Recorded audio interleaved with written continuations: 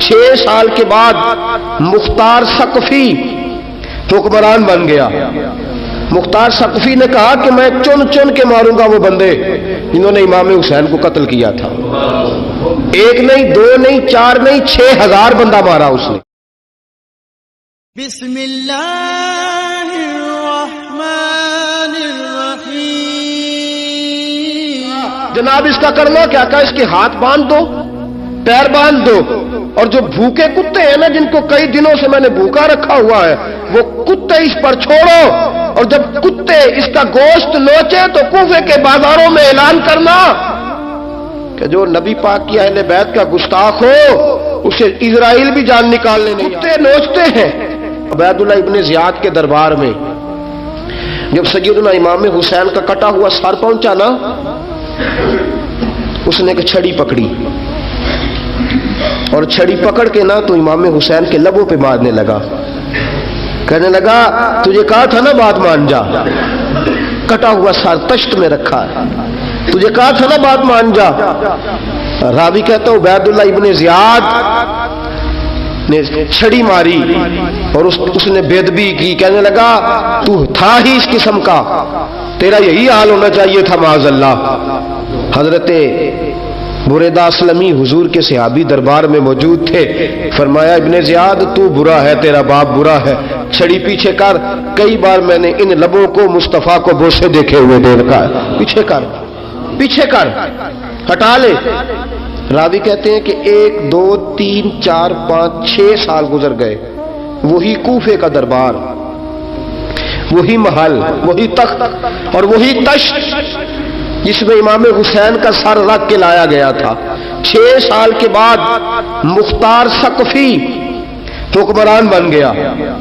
مختار ثقفی نے کہا کہ میں چن چن کے ماروں گا وہ بندے جنہوں نے امام حسین کو قتل کیا تھا۔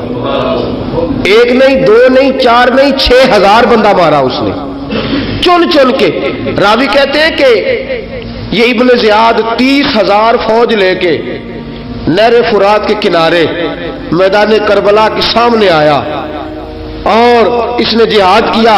مختار ثقفی نے ابراہیم بن مالک کو بھیجا، فرمایا جاؤ قتل کر کے لاؤ۔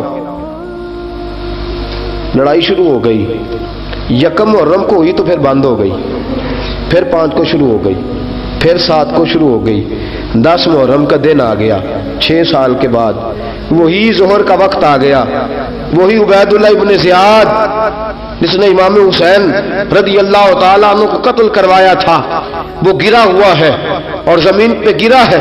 اس کی گردن پہ ابراہیم بن مالک نے پیر رکھا اور اس کی گردن کو کاٹ کے تشت میں رکھا، اور تشت میں رکھ کے جب اس نے کوفہ بھیجا، وہی تخت جس پہ عبید اللہ ابن زیاد نے بیٹھ کے امام حسین کے مبارک لبوں پہ چھڑی ماری تھی، اسی تشت پہ رکھ کے جب اسی عبید اللہ ابن زیاد کا سر سامنے رکھا تو کوفے کے اس دارالخلافہ کے ایک کونے سے ایک بابا بولا اور بول کے کہنے لگا لوگوں گواہ رہنا میرا رب بڑا عادل ہے، گواہ رہنا اللہ بڑا عادل ہے۔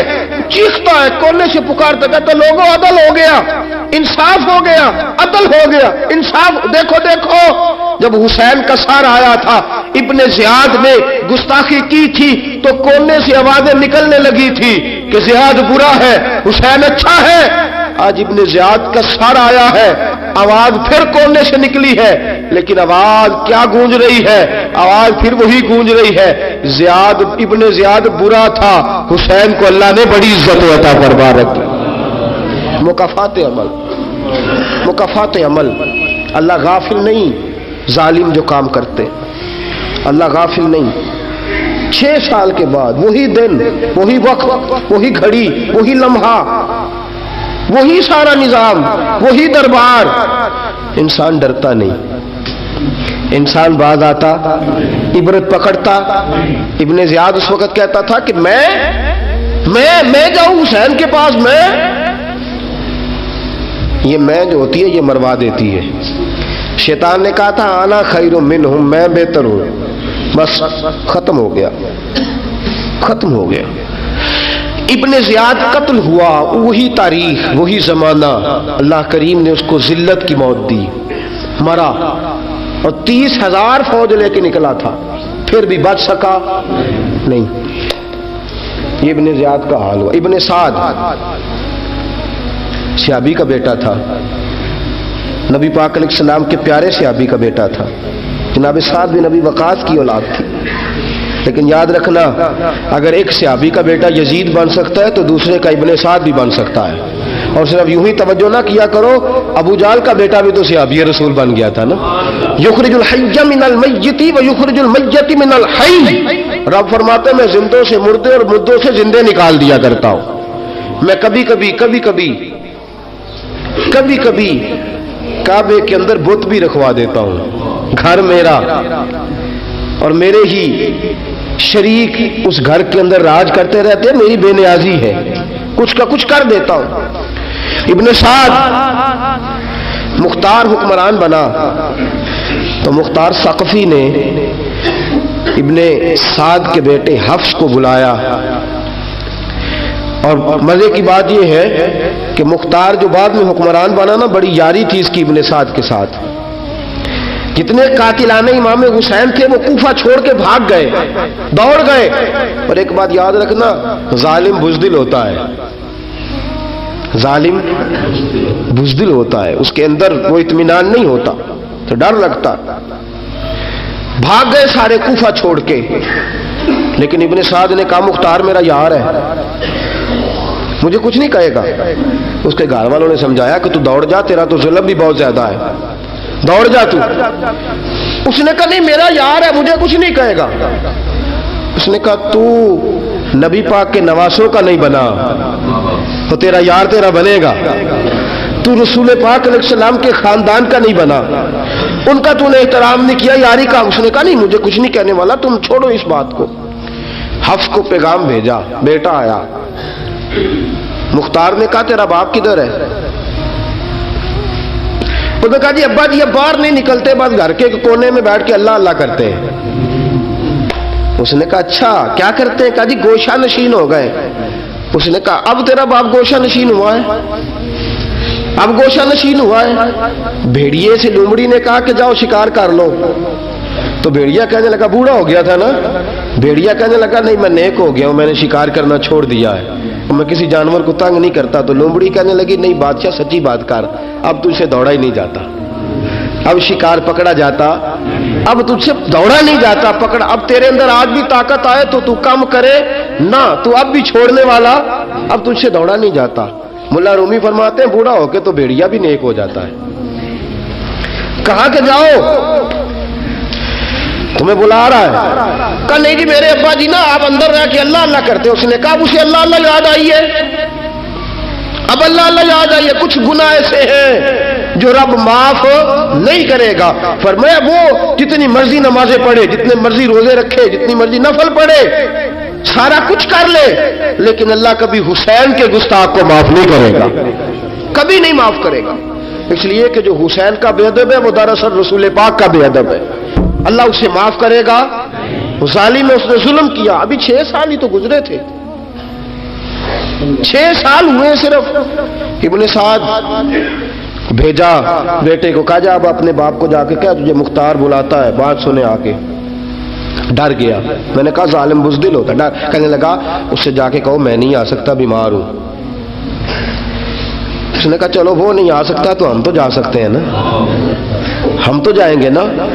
ابن سعد نے بھیجے 10-12 بندے، فرمایا جاؤ زندہ نہ لے کے آنا، میرے پاس زندہ نہ لے کے آنا۔ گئے، بیٹے کو حفص کو گرفتار کر کے کھڑا کر دیا، اور جناب یہ جو ابن سعد تھا اس کو بھیجا، کہا جب تم اس تک پہنچو نا تو جا کے گردن مارنا اس کی، اور مجھے اس کی وجود نہیں دیکھنا، صرف کٹا ہوا سر دیکھنا ہے۔ گئے، جا کے اس کو پکارا، کہا مختار نے بھیجا ہے مارنے کے لیے۔ کہنے لگے مختار مجھے نہیں مار سکتا، میرا یار ہے۔ ابن سعد کہتا ہے مختار مجھے مار سکتا، میرا یار ہے۔ ان فوجیوں میں سے ایک فوجی کہنے لگا اگر تو محمد کے نواسے کو مار سکتا تو تجھے بھی تیرا یار مار سکتا ہے صلی اللہ علیہ۔ اگر تو رسول پاک صلی اللہ تعالی علیہ وسلم کے نواسے کو قتل کر سکتا ہے، تو نے نبی کا حیا نہیں کیا، وہ یاری کا حیا کیوں کرے؟ تو نے ظلم کیا ہے، اب دیکھ تیرا حال کیا ہوتا ہے۔ گرفتار کر لیا، منتیں کرتا رہا۔ تاریخ ابن سعد کو بتا رہی تھی کہ ابن سعد تو ہاتھ باندھتا ہے، پاؤں پکڑتا ہے، ذرا یاد کر میدان کربلا، میدان کربلا تجھے اپنی باری آئی ہے تو ہاتھ باندھتا ہے، میدان کربلا یاد کر۔ حسین نے بھائی کی بھی لاش اٹھائی تھی، حسین نے جوان بیٹے کی میت بھی اٹھائی تھی، 6 مہینے کا علی اصغر بھی اس کی گود میں دم توڑ گیا تھا، اس کی بیٹیاں پیچھے تھی، بہن پیچھے تھی، بھانجیاں پیچھے تھی، بھتیجیاں پیچھے تھی، لیکن حسین نے ایک بار بھی ہاتھ نہیں باندھے۔ یہ کون ہے؟ اٹا ہوا، غبار سے پھٹا ہوا، ہزاروں کوفیوں کے درمیان وہ اکیلا ہی ڈٹا ہوا، یہ بالیقین حسین ہے، نبی کا نور عین ہے۔ فرمایا یہ وہ میدان کربلا بھی یاد کرنا، تو ظالم تھا نا، معافیاں مانگ رہا ہے۔ حسین رسول پاک کے نواسے تھے، ایک بار بھی معافی طلب، دیکھ منظر یاد کر، ابن سعد کا ایک ہی بار میں سر قلم کیا، ایک ہی بار میں۔ امام حسین پہ تو پہلے 82 زخم لگے تھے تلوار کے، 82 زخم تلوار کے، نیزوں کے، اور کئی نیزوں کی انیاں امام حسین کے وجود میں ٹوٹ گئی تھی۔ امام حسین رضی اللہ تعالیٰ عنہ پہلے ڈٹے رہے، جمے رہے، بڑی دیر کے بعد پہلے ہی وار میں گر گیا۔ ابن سعد کا کٹا ہوا سر پہنچا تو بیٹا کھڑا تھا۔ مختار سقفی نے کہا کہ تیرا باپ میں نے مار دیا ہے۔ کہنے لگا کوئی مزہ نہیں رہا زندگی میں۔ اس نے کہا چلو ٹھیک ہے، تمہیں بھی مار دیتے ہیں۔ پھر مزہ نہیں رہا تو مار دیتے، کاٹ دیا سر اس کا بھی، دونوں سر کاٹے، تشت میں رکھے، اور مدینہ منورہ حضرت محمد بن حنفیہ رضی اللہ تعالیٰ عنہ جو امام حسین کے چھوٹے بھائی تھے، جناب علی کی دوسری زوجہ کے بیٹے تھے، جناب علی کے صاحبزادے ان کے پاس بھیجے، اور بھیج کے کہا کہ لو ابن سعد کا سر حسین کا بدلہ ہے اور اس کے بیٹے کا سر علی اکبر کا بدلہ ہے۔ جب محمد بن حنفیہ کے پاس پہنچے تو آپ نے فرمایا یہ کمینوں کے سر میرے بھائی کے سر کا بدلہ ہو ہی نہیں سکتے، یہ کہاں حسین کا بدلہ ہو سکتے ہیں؟ وہ حسین ابن علی، وہ حسین ابن علی، حسین ابن علی کی شان رفت کوئی کیا جانے، حسن جانے، علی جانے، نبی جانے، خدا جانے۔ وہ حسین ابن علی کہ باپ جنہ دا ہر میدان اندر لڑدا رہیا سی کل ایمان بن کے، ماں جنہ دی سجدۃ النساء ہوئے تے نانا عرش تے جاوے مہمان بن کے۔ فرمایا یہ حسین کا بدلہ ہو سکتے ہیں؟ وہ خولی بن یزید، خولی بن یزید جس نے امام حسین کا سر کاٹا تھا، پتہ چلا نا، دیکھیں نا امام حسین کو کتنے موقع ملے تھے کربلا سے جانے کے، پہلے موقع پر ہی حور بن یزید نے کہا کہ امام آپ جانا چاہیں تو میں رستے کھول دیتا ہوں، آپ تشریف لے جائیں۔ امام حسین نے فرمایا میں علی کا بیٹا ہوں، دوڑوں گا نہیں، میں دوڑوں گا نہیں، میں نہیں جانے والا۔ خولی بن یزید دوڑ گیا، کوفہ چھوڑ کے دوڑ گیا اور کسی دور دراز علاقے میں جا کے ڈیرا لگا لیا۔ پھر وہاں سے واپس آیا ایک دن، کسی نے کہا امن ہو گیا، آجا، آ گیا دوبارہ کوفے۔ مختار کو پتا چلا کہ آ گیا ہے، پھنس گیا ہے، گھر پہنچ گیا ہے۔ اس کی بیوی جو تھی نا خولی بن یزید کی، بڑی محبت کرتی تھی نبی پاک کے خاندان کے ساتھ، حضور کے خاندان کے ساتھ بڑی محبت کرتی تھی، اور محبت والوں کا انداز پتہ کیا ہے؟ رنگے چمن پسند، نہ پھولوں کی بو پسند، ہم کو ہے وہ پسند جسے آئے تو پسند، یہ انداز ہے۔ انداز محبت یہ ہے کہ نبی پاک کا غلام نہ ہو، سگا چچا بھی ہو تو مانتے نہیں، غلام نہ بنے، سگا چچا بھی ہو تو مانتے نہیں، اور نبی پاک علیہ السلام کا غلام ہو، چاہے حبش کا رہنے والا بلال ہی کیوں نہ ہو، سردار مانتے ہیں۔ یہ انداز محبت ہے۔ وہ بیوی بڑی محبت کرنے والی تھی، اس نے پیغام بھیجا، اس نے کہا آ گیا ہے گھر، بندے بھیجے، کہا جاؤ خولی کو پکڑ کے لاؤ۔ مختار نے کہا جلدی لاؤ، حکمران نے حکم دیا، لاؤ پکڑ کے۔ گئے گھر کے اندر گئے تو چھپ گیا، چھپا کہاں؟ ٹوکرے کے نیچے۔ میں نے کہا ظالم بزدل ہوتے، ایک ٹوکرے کے نیچے چھپ گیا۔ بیوی سے کہنے لگا، ان سے کہنا میں گھر کوئی نہیں، ان سے کہو میں گھر نہیں۔ بیوی کہنے لگی چلو ٹھیک ہے۔ دروازے پہ گئی، وہ کہنے لگے ہم خولی بن یزید کو گرفتار کرنے آئے ہیں۔ منہ سے پکار کے کہنے لگی گھر کوئی نہیں، منہ سے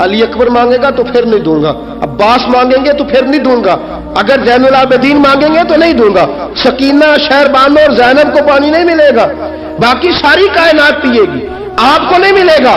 یہ وہی شمر تھا، گرفتار کر کے لایا، 3 دن تک پیاسا رکھا اور زبان اتنی لمبی باہر نکل آئی، العطش العطش کی آوازیں بلند کرنے لگا۔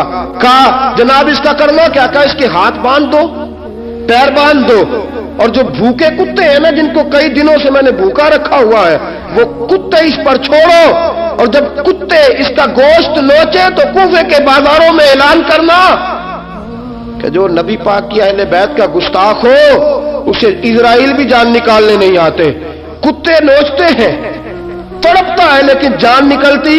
کہا آؤ دیکھو آ کے، یہ ہے میت کسی بے ادب کی، منہ دکھانے کے قابل نہیں ہے، ان کے دشمن پہ لعنت خدا کی، رحم پانے کے قابل نہیں ہے۔ اور میں دیکھو جان بھی نہیں نکل رہی۔ فرمایا یہ وہ ہے جس کو 2 گز زمین بھی نہیں مل سکی، کتوں کے پیٹوں میں اسے جگہ ملی ہے، یہ وہ تھا۔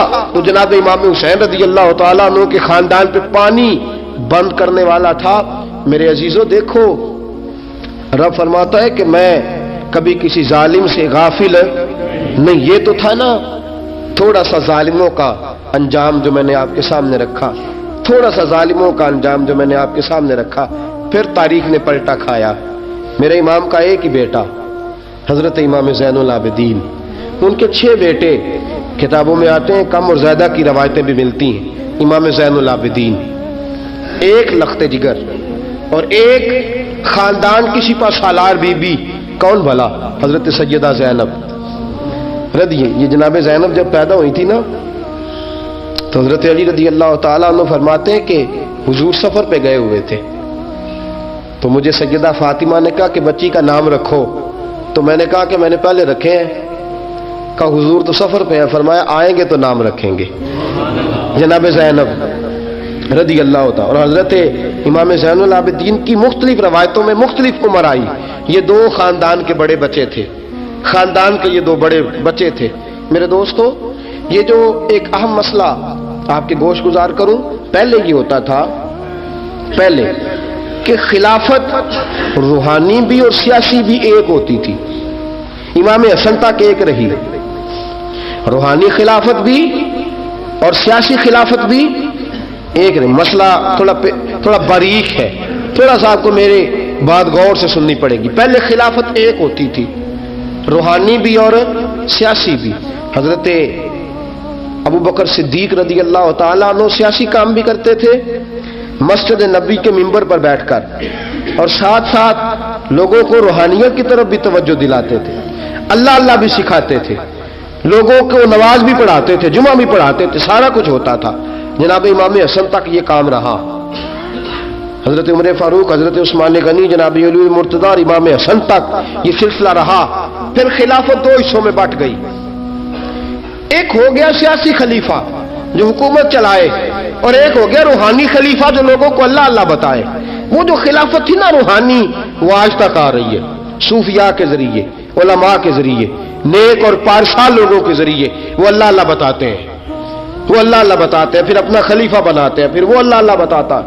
یہ وہ ہے خلافت۔ حضرت امام زین العابدین رضی اللہ تعالیٰ عنہ کو بادشاہ وقت نے بلایا نا اپنے پاس، تو امام زین العابدین نے فرمایا میں نہیں جاؤں گا، میں جاؤں گا۔ عبد المالک بن مروان نے بلایا اور امام زین العابدین کو کہا کہ آپ کو ضرور آنا پڑے گا۔ آپ نے فرمایا اس کی وجہ؟ اس نے کہا وجہ یہ ہے کہ آپ کی طرف لوگوں کا رجوع بہت ہے، لوگوں کی توجہ بہت ہے، دل کھینچے چلے جاتے ہیں۔ امام زین العابدین نے فرمایا سارا زمانہ بھی میری طرف آئے، پھر میں بادشاہ کے دربار میں، بادشاہ بزرگوں کے پاس آئے تو ان کی عزت بڑھتی ہے، اور اگر نیک لوگ بادشاہوں کے دروازوں پہ جائیں تو ان کی عزت گھٹتی ہے۔ فرمایا میں نہیں جاؤں گا۔ اس نے کہا کہ امام مجھے سمجھ کوئی نہیں آتی۔ امام زین العابدین سے کہنے لگے مجھے سمجھ کوئی نہیں آتی کہ بادشاہ میں ہوں لیکن راشا آپ کے پاس ہوتا ہے۔ عجیب تماشا ہے کہ لوگوں کی تلواریں میرے ساتھ رہتی ہیں، دل آپ کے ساتھ دھڑکتے ہیں۔ میں دیکھتا ہوں کہ مدینے کے بعد ایک کٹیا میں آپ رہتے ہیں، کٹیا میں لیکن میں دیکھتا ہوں کہ سورج بھی چڑھتا ہے تو آپ کو سلامی دے کے چڑھتا ہے، اور چاند بھی نکلتا ہے تو حسین کے بیٹے کے قدم چوم کے نکلتا ہے۔ امام زین العابدین رضی مدینے سے باہر چلے گئے، ڈیرا لگا لیا عمر بھر اسی جگہ، نام تو علی اوس تھا نا آپ کا، لیکن زین العابدین عبادت کرنے والوں کی زینت۔ میرے امام نے خلیفہ عبد المالک بن مروان سے کہا تو باز آ جا، میں حسین کا بیٹا ہوں، مجھے لوگوں کو اللہ اللہ سکھانے دے۔ اب میں تخت خلافت پہ بیٹھ کر نہیں، میں چٹائی پہ بیٹھ کے دین پڑھاؤں گا، اب میں فرش زمین پہ بیٹھ کے لوگوں کو اللہ اللہ سکھاؤں گا۔ امام زین العابدین کو خلیفہ عبد المالک بن مروان ہوا پتہ کیا تھا؟ تھوڑی سی تاریخ بتا دوں۔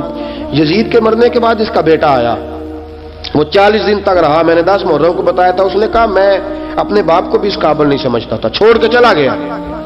اس کے بعد حضرت عبداللہ ابن زبیر رضی اللہ تعالیٰ عنہ جو تھے، وہ کیونکہ مکہ اور مدینہ اور حجاز کے لوگوں نے انہیں اپنا امیر بنا لیا تھا، جب یزید کے بیٹے نے خلافت چھوڑی تو وہ پورے ملک کے ایک جو ہے وہ امیر بن گئے۔ ان کے درمیان ہی مروان نے سازش کی، مصر اور شام پہ اس نے اپنا تسلط جما لیا۔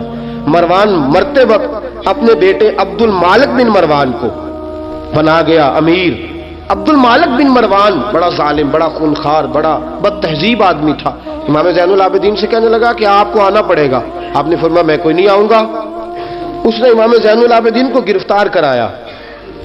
بہت سارے بزرگوں نے لکھا ہے، بالخصوص امام کشیری نے رسالہ میں لکھا، گرفتار کرایا، ہاتھوں میں بیڑیاں، پیروں میں بیڑیاں۔ امام زین العابدین جس طرح نکلے تھے نا کربلا سے اور دمشق آئے تھے گرفتاری کے عالم میں، اور پھر دمشق سے مدینے آئے تھے، اسی عالم میں پھر گرفتار کرایا۔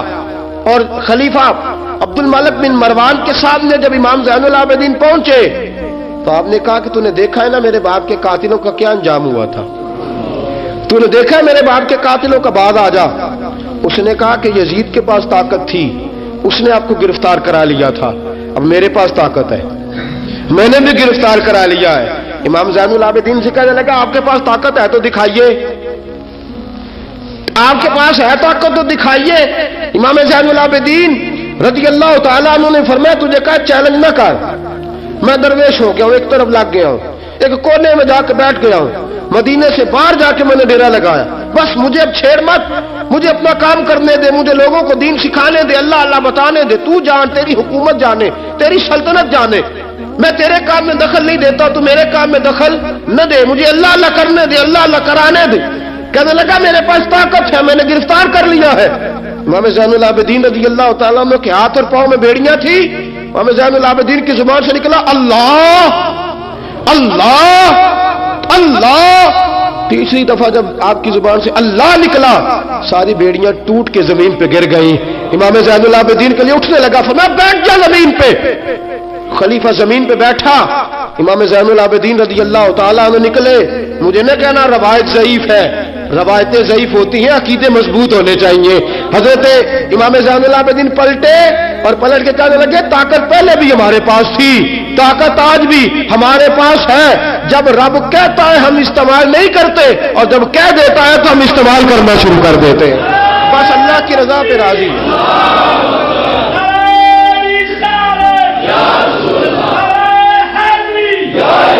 جب اللہ کہتا ہے تو استعمال کرتے ہیں۔ امام زین العابدین خلیفۃ المسلمین امیر المومنین امام حسن کے بھتیجے جناب علی کے پاس 3 سال رہے تھے، وہ تو کٹ گئے سارے، لیکن میرے امام زین العابدین اگرچہ حکومت نہیں لی لیکن دلوں پہ حکومت کرتے رہے، دلوں پہ۔ یہی خلیفہ عبد الملک بن مروان، دیکھو کہتے ہیں جادو ہو جو سر چڑھ کے بولے، اور حقیقت چھپ نہیں سکتی بناوٹ کے اصولوں سے، اور خوشبو آ نہیں سکتی کبھی کاغذ کے پھولوں سے، پتہ ہوتا ہے ہمیں سچ کیا ہے جھوٹ کیا ہے۔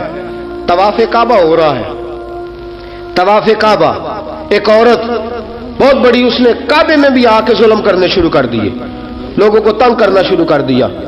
ایک بات یاد رکھنا، میں گیا ہوں عمرے پہ، مجھے اللہ نے توفیق دی ہے، لوگ وہاں جا کے بھی باز نہیں آتے، دھکے مارتے ہیں، بڑا کچھ کرتے ہیں، وہ اللہ کا گھر ہے، اگر فضل زیادہ ہے تو وہاں غضب بھی بڑی جلدی ہو جاتا ہے۔